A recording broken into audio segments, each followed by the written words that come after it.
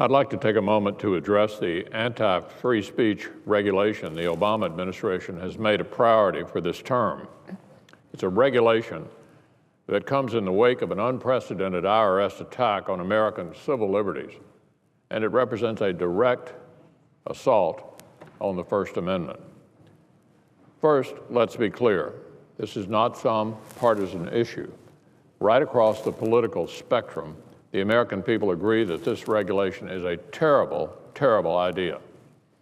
That's probably why it's generated more public backlash than any similar regulation in our entire lifetime.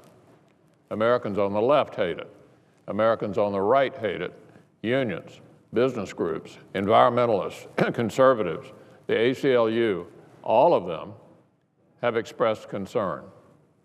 It's pretty rare to see a coalition that broad agree on anything in this town. And yet it's easy to see why Americans would be so united in opposition to this regulation. The First Amendment, it exists to protect political speech. That was what the founders had in mind when they wrote the First Amendment, political speech. And the government should be doing everything it can to protect that right, not hurt it. That's why you saw a record number of Americans register their complaints with the IRS.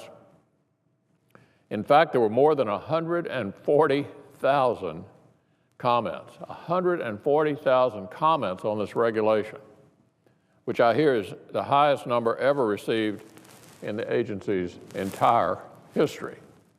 And let's not forget, the IRS has a long way to go to regain public trust these days. Too many Americans look at the agency and see an instrument of political harassment rather than a bureau of tax processors. So if the agency wants to regain trust and return to its true mission, then it's simply got to get out of the speech regulation business altogether. The IRS needs to get out of the speech regulation business altogether. And the Obama administration can do that. Look, the administration ran this idea up the flagpole. It decided in the midst of a historic crisis of public confidence at the IRS to upend more than half a century of practice and rewrite the rules on how Americans could express themselves, how they could be heard.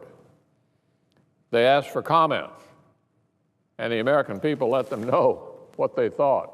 Over 140,000 comments, almost all of them in opposition. So this regulation needs to go. This regulation needs to go. And it needs to go now.